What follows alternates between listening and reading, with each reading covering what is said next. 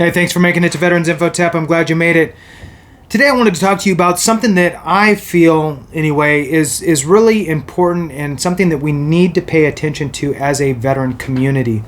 Now, it's a little nuancy and a little bit, I guess, a different way of looking at things, right? So we often think of VA benefits. We often think of veterans benefits. We often will look for new benefits for veterans. And most of the time we're thinking all of that on the federal side. Now, there's the state side of veteran benefits, and those veteran benefits are also very, very important to us in our livelihoods. Now, something that I just recently saw come across my desk is a headline from one of the states with some major changes that they are doing for military and veterans in that state. Now, here's my thing. This is the important piece. Whether you live in this state or not doesn't matter, and this is why. If that state's doing it for their collective group of military and veterans, and your state is not, then what you need to do is copy and paste this and say to your state Senate or Assembly member, hey, how come we're not doing something like this in our state? We need to do something like this in our state. Because that is where you're going to get the types of benefits like additional educational benefits for your dependents. You're going to get your motor vehicle write-offs. You're going to get your reductions. You're going to get your property tax exemptions, those types of your hunting and fishing licenses from the state aspect. You're going to get those types of benefits from your state. So just to kind of give you some ideas. So I'm going to read through this one.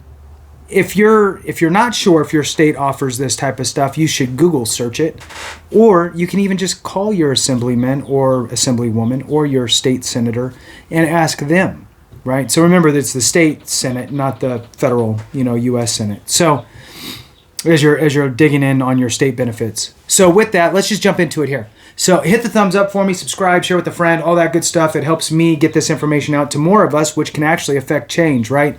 So without that, we go nowhere fast. So I'm doing this as a collective of all of us, oars in the water, making it happen. So thank you so much when you hit that thumbs up. It means a lot. All right, here's the title. Or the headline. Governor Moore signs largest military tax cut for younger veterans in a generation in Maryland, and legislation furthering his commitment to strengthen Maryland's military and honoring our veterans. Pretty solid.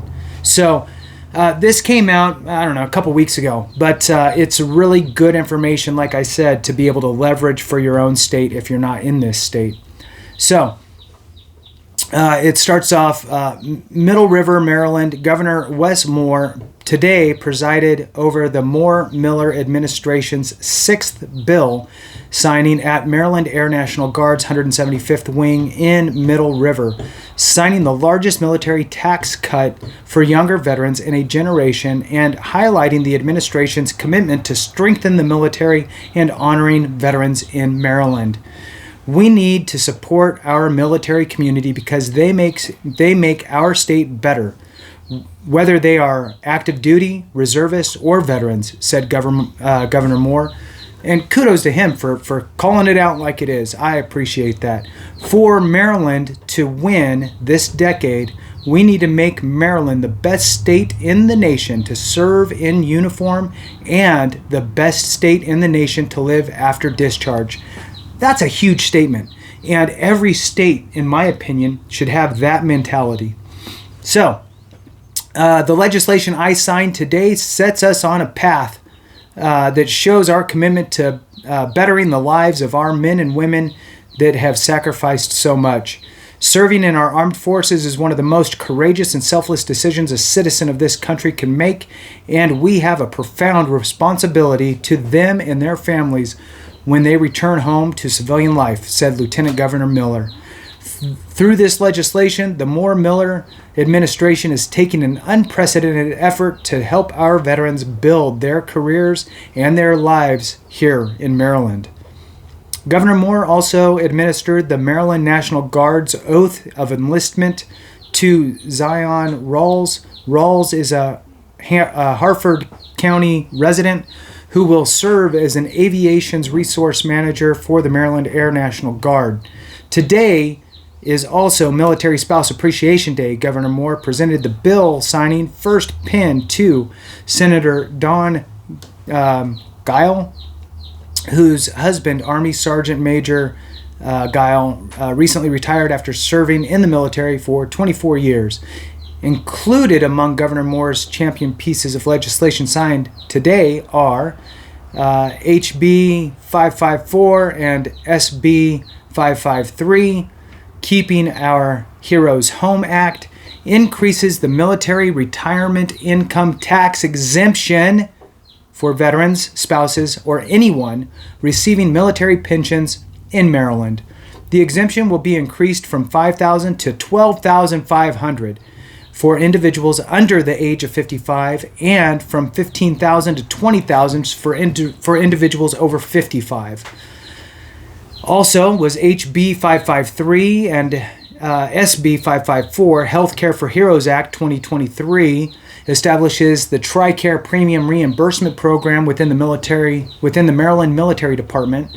The program will provide members of the Maryland National Guard who utilize the DoD-provided TRICARE Reserve Select Healthcare Plan and the TRICARE Dental Program up to $60 in reimbursements monthly to cover the cost of premiums. This $60 is enough to cover the full individual cost for the healthcare and dental plan.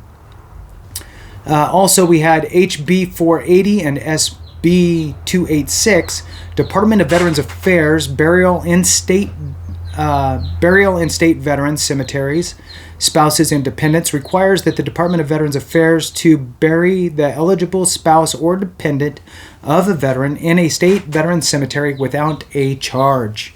Outstanding.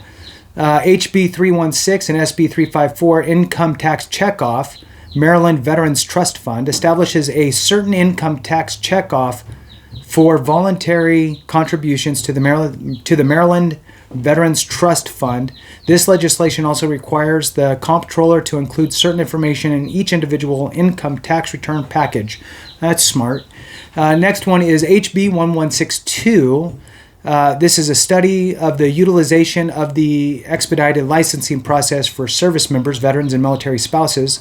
Requires that the Maryland Department of Labor, in consultation with the Department of Veterans Affairs, to conduct a study on the utilization of the expedited licensing process for service members, veterans, and military spouses for certain occupations and professional licenses in the state.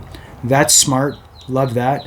This legislation requires the Maryland Department of Labor, in consultation with the Department of Veterans Affairs, to report its findings and recommendations to the Governor and General Assembly by June 30th, 2024.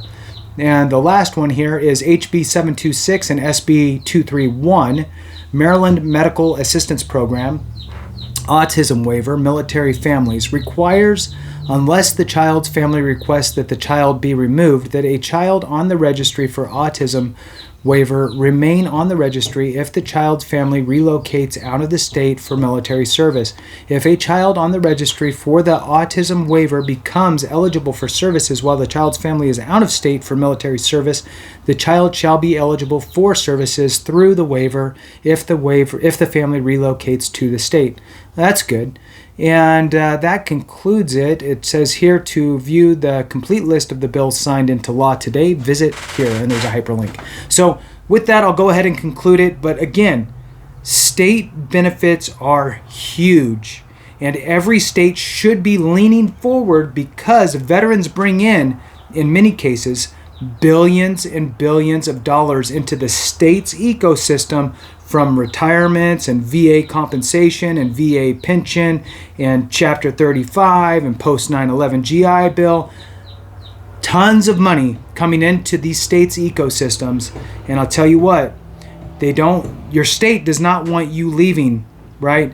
One person doesn't matter. I'm talking about when we're leaving by the boatloads from whatever state we're in to go to greener pastures, right? So your state needs to get on board, or they're going to lose out on you as a contributing member of society and all the money that you bring in. And like I've told state senators and state assembly people before, the one thing veterans are really good at is not saving money. So they're going to spend the money in the state and in the local economy. So with that, we'll go ahead and end it. Thanks so much for watching. I really appreciate you. And remember, if we don't take care of each other, something went wrong.